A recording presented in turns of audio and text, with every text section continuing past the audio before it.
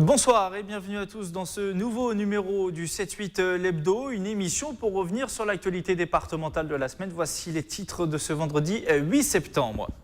Le conseil départemental à l'heure de la rentrée, Pierre Bédier a dévoilé ce vendredi une série de mesures concernant les collèges du département avec notamment l'accélération du plan numérique. Éric Alouche est notre invité pour cette émission, directeur exécutif du réseau ERA Immobilier. Nous évoquerons avec lui la polémique autour des APL et des loyers ou encore les pistes envisagées pour répondre à la crise du logement en région parisienne. Enfin, dans le reste de l'actualité, retour sur la rentrée scolaire dans les Yvelines et le premier salon du tourisme d'affaires organisé jeudi à Saint-Quentin en Yvelines. C'était un symbole du monde de la culture, de la mode à la française, militant engagé dans la lutte contre le sida et la cause LGBT. Pierre Berger est décédé ce vendredi matin à l'âge de 86 ans. L'ex-compagnon d'Yves Saint-Laurent était connu des Yvelinois. Il était le président du conseil d'administration de la maison Émile Zola située à Médan. Sa disparition est évidemment un choc pour de nombreux acteurs locaux. Écoutez deux réactions recueillies au téléphone ce vendredi. Pierre Berger était un acteur qui était vraiment engagé dans la solidarité, dans les luttes contre les discriminations. Et effectivement, c'est un véritable choc, puisque nous, on le connaissait bien. Hein, il a soutenu HF Prévention pendant des années. On a même eu notre première unité mobile de dépistage du dépistage du sida qui était donc financée par sa fondation.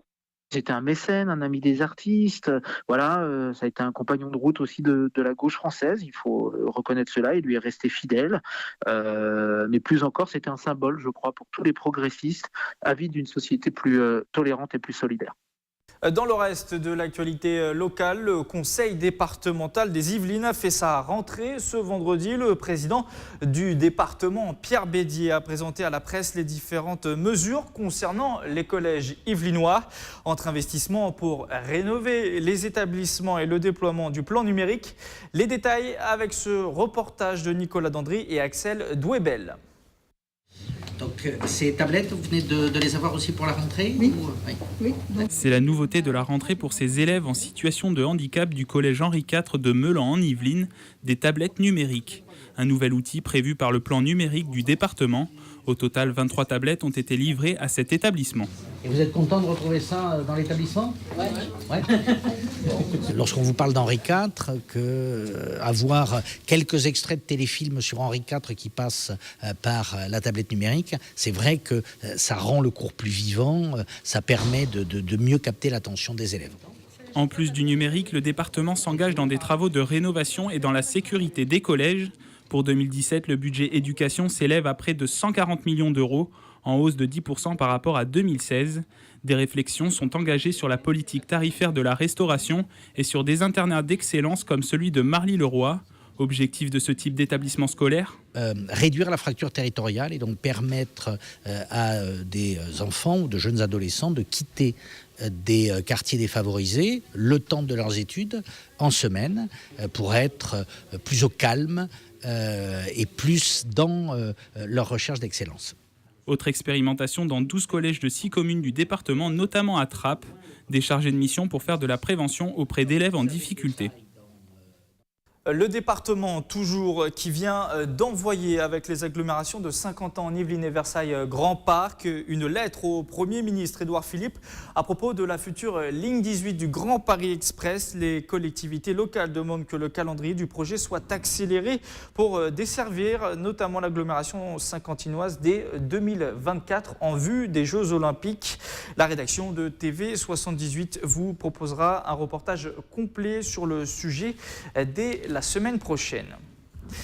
La polémique a débuté au cœur de l'été et s'est poursuivie en cette semaine de la rentrée scolaire. L'annonce de la baisse prochaine des APL de 5 € continue de faire réagir notamment les associations de droit au logement et la déclaration du président de la République mardi suggérant aux propriétaires de baisser aussi le montant des loyers n'a pas éteint l'affaire. Écoutez.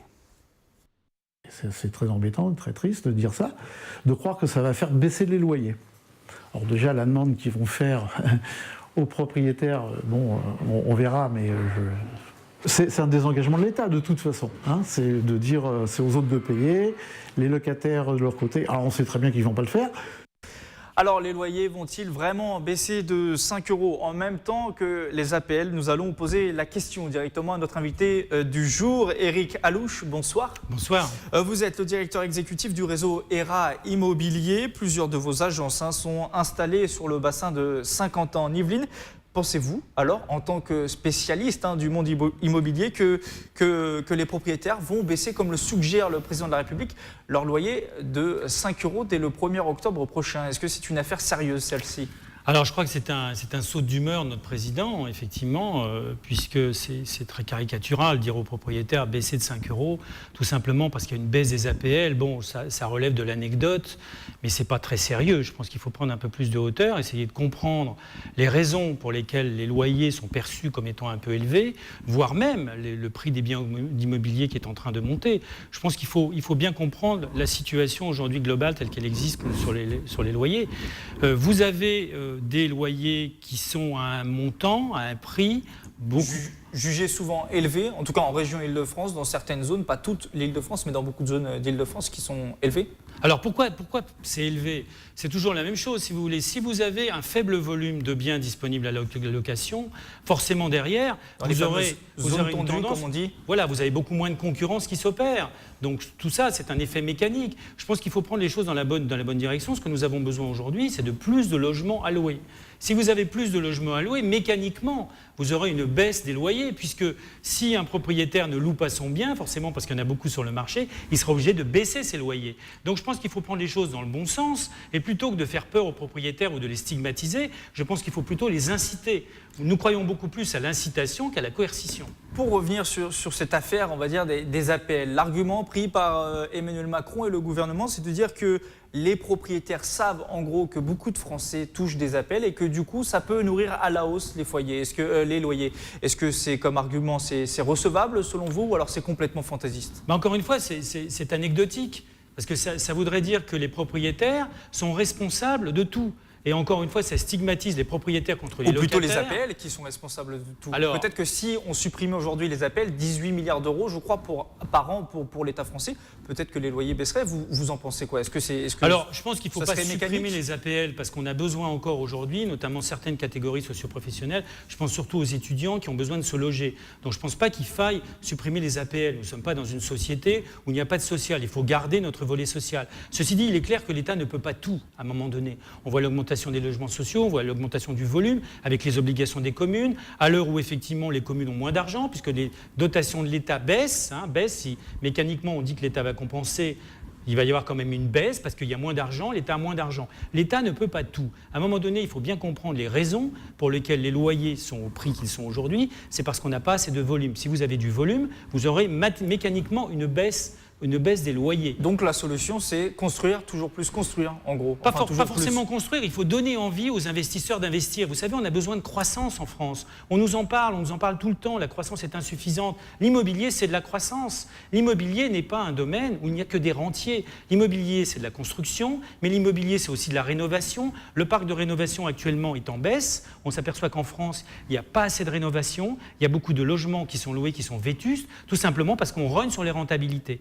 Donc il faut effectivement privilégier ce domaine du logement. Alors tout à l'heure j'évoquais la ligne 18 du Grand Paris Express. On sait que le futur Grand Paris qui va arriver dans les prochaines années va permettre la construction, c'est aussi l'un des objectifs du Grand Paris, de nombreux logements. Est-ce que ça peut être l'une des solutions, ce Grand Paris? Est-ce que vous en attendez de bonnes nouvelles, notamment pour les loyers et pour le marché de l'immobilier? Alors je pense que c'est une solution. S'il y a du volume, s'il y a de l'espace supplémentaire pour construire, c'est une solution. Mais ça ne suffit pas pour moi. Il faut encore une fois donner envie aux investisseurs d'investir. Et pour ça, il faut arrêter de les stigmatiser et il faut leur donner des raisons d'investir. C'est-à-dire qu'il faut que la rentabilité du loyer soit suffisante. Si vous avez une rentabilité qui n'est pas suffisante, qu'est-ce qui se passe? Ce qui veut dire que les gens n'investissent plus dans l'immobilier. Investir dans l'immobilier, aujourd'hui, ça n'a plus vraiment d'intérêt, ça n'a plus beaucoup d'attrait en France? Alors ça dépend des endroits, mais la rentabilité, très souvent, est rognée. Et qu'est-ce qui se passe? Vous voyez, dans les zones tendues comme à Paris, vous avez beaucoup de propriétaires qui se tournent vers le Airbnb. Ils ne sont pas embêtés, ils ont des rentabilités qui sont bien supérieures et on arrive à des problèmes où il y a des gens qui sortent du parc locatif traditionnel. Vous voyez, donc tout ça, c'est très pervers. Il faut vraiment donner envie aux propriétaires d'investir dans l'immobilier traditionnel. Pour ça, il faut les aider, il faut leur conserver des mesures comme le Pinel, par exemple. On va en parler justement. Voilà, voire peut-être des mesures supplémentaires pour qu'ils aient une rentabilité suffisante. Aujourd'hui, il y a trop aussi de fiscalité, par exemple, sur le parc privé. Oui, il y a trop de fiscalité. Il est clair que là, c'est pareil concernant les plus-values. Si on réduisait la durée de détention des plus-values pour pouvoir sortir justement des plus-values qui est aujourd'hui de 22 ans, c'est-à-dire qu'au bout de 22 ans, en fait, vous n'êtes plus imposé sur les plus-values. D'accord ? Voilà. Donc si on réduisait ce délai à 15 ans, ce serait une bonne chose. Ça améliorerait la fluidité du parc immobilier. Il y aurait plus de biens à la vente, parce qu'évidemment, les gens ils prendraient leur argent, mais ça ferait plus de volume, donc forcément, ça ferait baisser mécaniquement aussi les prix de vente. Vous aimeriez un peu finalement, si je puis dire, votre réforme du Code du travail version Macron à vous ? On est un peu dans le schéma, dans ce que vous décrivez, dans le schéma, on a l'impression très français, où il y a beaucoup de normes, beaucoup de contraintes qui pèsent sur les investisseurs. La réforme du Code du travail de la semaine passée sert à ça, à alléger les normes. Est-ce que aussi vous attendez, vous, du plan qui va être présenté bientôt, qu'on vous facilite la vie, entre guillemets ? Je ne sais pas si le parallèle est judicieux. Pour faire vraiment une similitude J'ai pris un entre risque. les deux. Non, mais c'est pas grave. Mais je pense quand même qu'il faut regarder les données objectives, les vraies causes. Qu'est-ce qui se passe aujourd'hui dans le logement et traiter les causes, mais pas faire des choses anecdotiques du genre, écoutez, c'est les propriétaires, ils ont qu'à baisser leur loyer de 5 €. Vous voyez, ça me semble pas très cohérent et surtout, ça ne résout rien. Je pense qu'il faut vraiment résoudre les choses. Pour résoudre les choses, il faut prendre en compte les données. J'ai là les Échos, ici, les Échos de mercredi dernier, qui est un très bon journal, qui donne des éléments objectifs et qui dit qu'il y a moins de propriétaires qui louent, il y a une baisse du nombre de locataires, il y a une baisse également des rénovations. Donc c'est extrêmement embêtant, inquiétant. Vous voyez, ça veut dire que les propriétaires ont tendance à moins vouloir rénover, chose qui est effectivement un problème pour les locataires eux-mêmes. Et on a également beaucoup de propriétaires, beaucoup de propriétaires bailleurs, donc des biens disponibles à la location, qui sont revendus à des gens qui ne remettent plus en location. Et on a une baisse du volume des biens alloués. Ce qui veut dire qu'aujourd'hui, quel est l'état du marché immobilier en France ? Le tableau est plutôt clairement sombre selon ce que vous dites, ou alors vous êtes optimiste ? Vous savez, moi je suis ni sombre ni optimiste, je suis positif naturellement. Par contre, je regarde les données. On a des loyers qui sont là où ils sont, et ils sont là où ils sont pour des raisons précises. Essayons de corriger les choses pour que le volume augmente et que mécaniquement, les prix baissent. Vous voyez, c'est aussi simple que ça. Donc pour ça, il faut donner envie aux investisseurs d'investir, il faut améliorer la fluidité du parc locatif, il faut arrêter de stigmatiser les propriétaires. Voilà. Et il faut également permettre aux primo-accédants, on n'en a pas parlé, j'espère les que plus jeunes, oui. le taux à c'est difficile pour eux aussi en ce moment, avec la rentrée universitaire, on connaît les difficultés de se loger quand on est étudiant. Bien sûr, mais c'est difficile, effectivement. Le logement, vous savez, c'est le premier poste de dépenses des Français. Ça aurait mérité quand même un ministère. On n'a même pas un ministère, vous voyez, bon. Je trouve ça un petit peu dommage. Bref, je ferme la parenthèse à ce sujet. Donc, effectivement, on est pour des mesures qui aident les primo-accédants. Merci Éric Alouche d'être venu sur le plateau de TV78. Merci pour vos réponses. Je rappelle que vous êtes le directeur exécutif du réseau ERA Immobilier. Merci. Attention, si vous empruntez la ligne C du RER ce week-end, d'importants travaux sont prévus en direction de Versailles et Saint-Quentin en Yvelines. Aucun train d'ailleurs ne circulera entre l'agglomération et le musée d'Orsay à Paris. Des bus de substitution sont prévus tout de même pour effectuer vos trajets. Plus de précisions sur transilien.com. On passe maintenant à l'actualité de la semaine.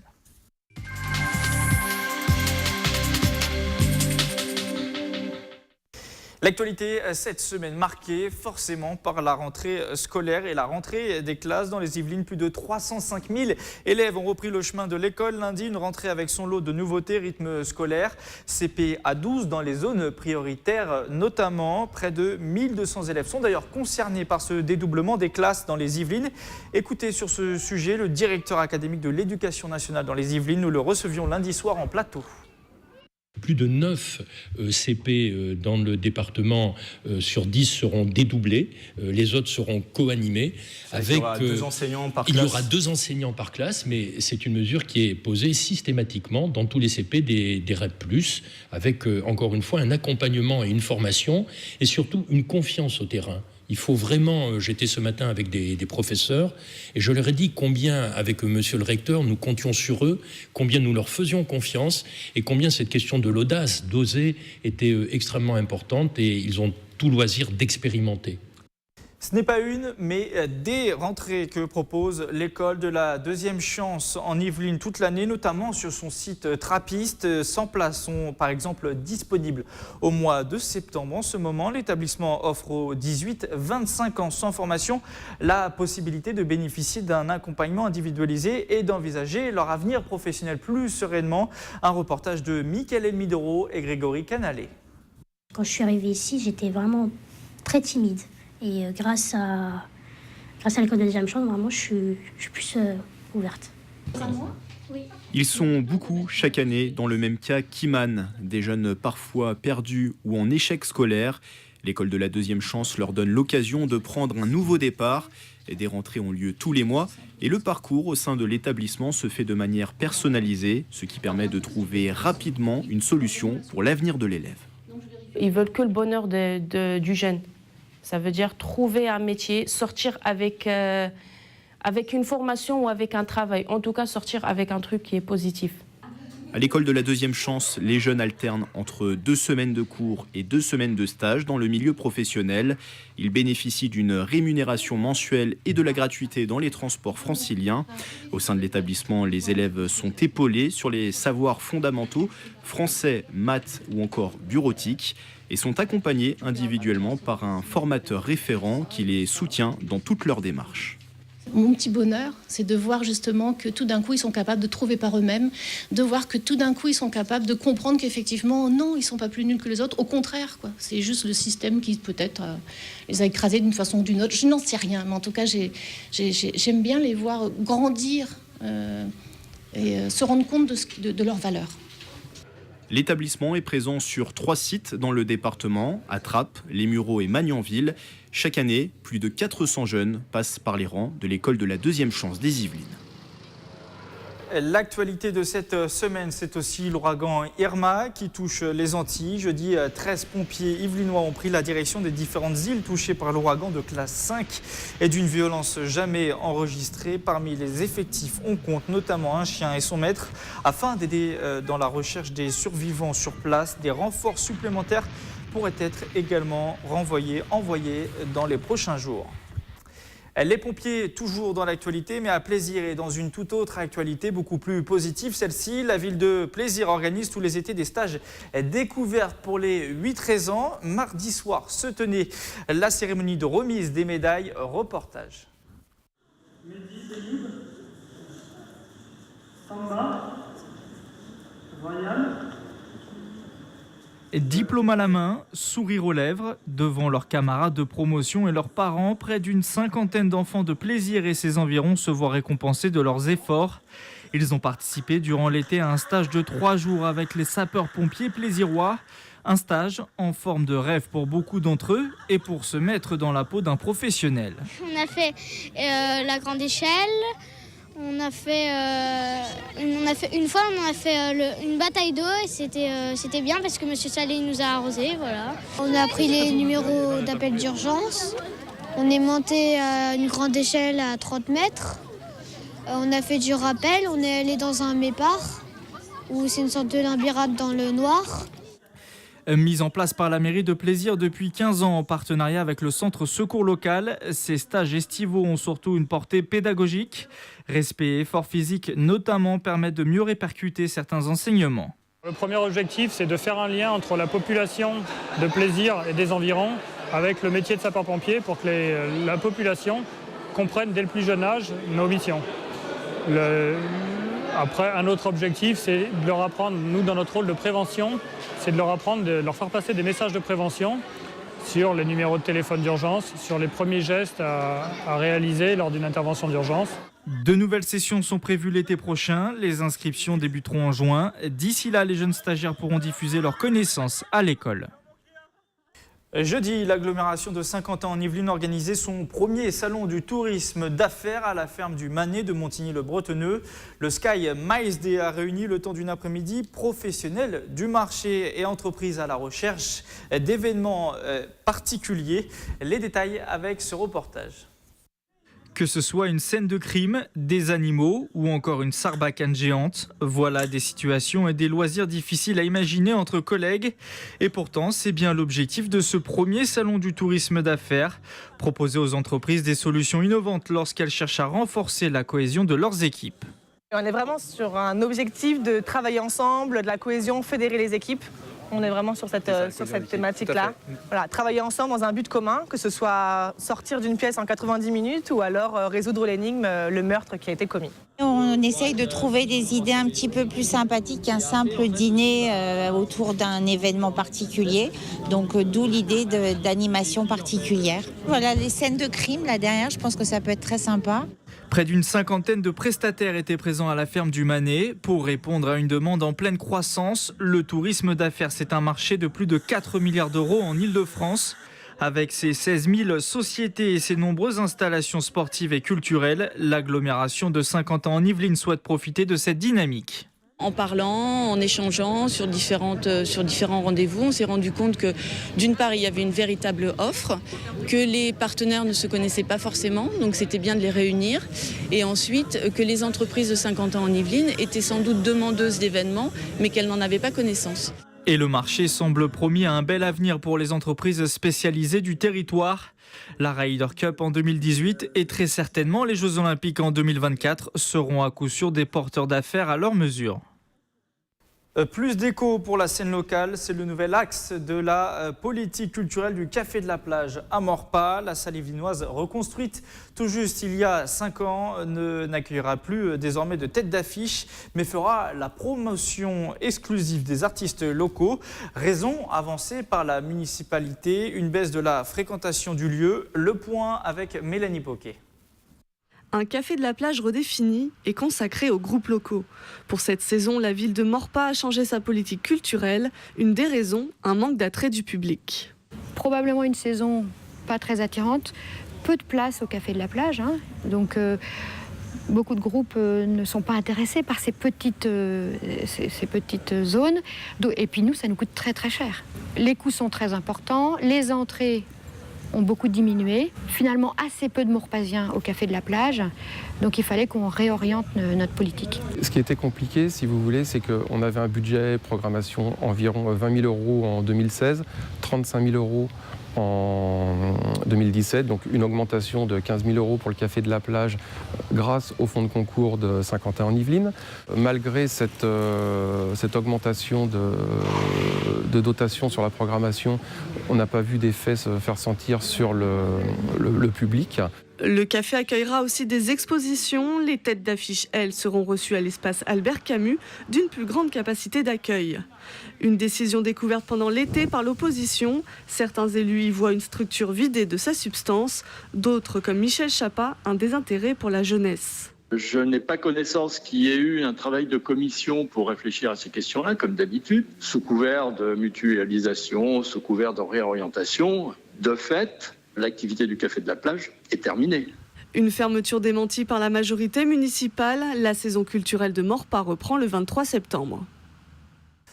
Du sport à présent et les Cougars qui fouleront bientôt leur nouveau terrain. L'équipe de baseball de Montigny-le-Bretonneux va bénéficier d'un stade rénové pour la prochaine saison. Les travaux ont débuté en juillet et concernent notamment la pose d'un revêtement synthétique dernière génération. Le point avec notre journaliste sportif Mickaël Elmidoro.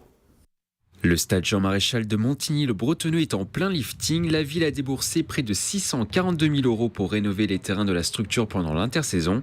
Le synthétique daté du début des années 2000. On va avoir quand même une moquette synthétique de qualité, conforme à l'usage baseball, chose qui n'était pas forcément évidente sur l'ancienne moquette. Bon, après, on a aussi les normes qui évoluent régulièrement, donc là, on sera vraiment à jour des dernières normes. Il commençait à être usé, les joueurs partaient avec une grande partie du terrain dans leurs chaussettes tous les soirs, après les matchs et après les entraînements, et puis surtout, il était devenu très dur et ça commençait à leur donner mal aux genoux. Après avoir débuté en juillet, les travaux qui devaient s'achever en août ont pris du retard. La livraison définitive est finalement programmée d'ici fin septembre. Des délais qui ont poussé le club des Cougars de Montigny-le-Bretonneux à jouer leur quart de finale des playoffs de D1 contre Paris à l'extérieur. il vaut mieux attendre et puis avoir quelque chose qui corresponde tout à fait à nos attentes. Et je pense que, vu ce que l'on nous a dit et que nous allions avoir, ça va correspondre forcément. Une fois terminée, la structure accueillera entre 180 et 200 joueurs par semaine et des groupes scolaires. On referme cette émission avec un rendez-vous traditionnel du début du mois de septembre. Les fameux forums associatifs, vous le voyez, ils sont organisés tout ce week-end sur Saint-Quentin-en-Yvelines et principalement le samedi, comme à Coignères de 9h30 à 17h30 au gymnase du Moulin-Vert. À Magny-les-Hameaux, c'est de 9h30 ce samedi à 16h au gymnase Chantal Mauduit. Un seul forum sera organisé dimanche, c'est au Clé-sous-Bois de 10h à 18h à l'espace Philippe Noiret. Toutes les informations sont à retrouver sur notre site internet ou sur le site internet de l'agglomération sky.fr. C'est la fin de ce 7-8 hebdo, mais retour de l'information en direct lundi à partir de 18h sur TV 78. D'ici là, restez informés et connectés grâce à nos réseaux sociaux TV 78. Bon week-end à tous et à la semaine prochaine.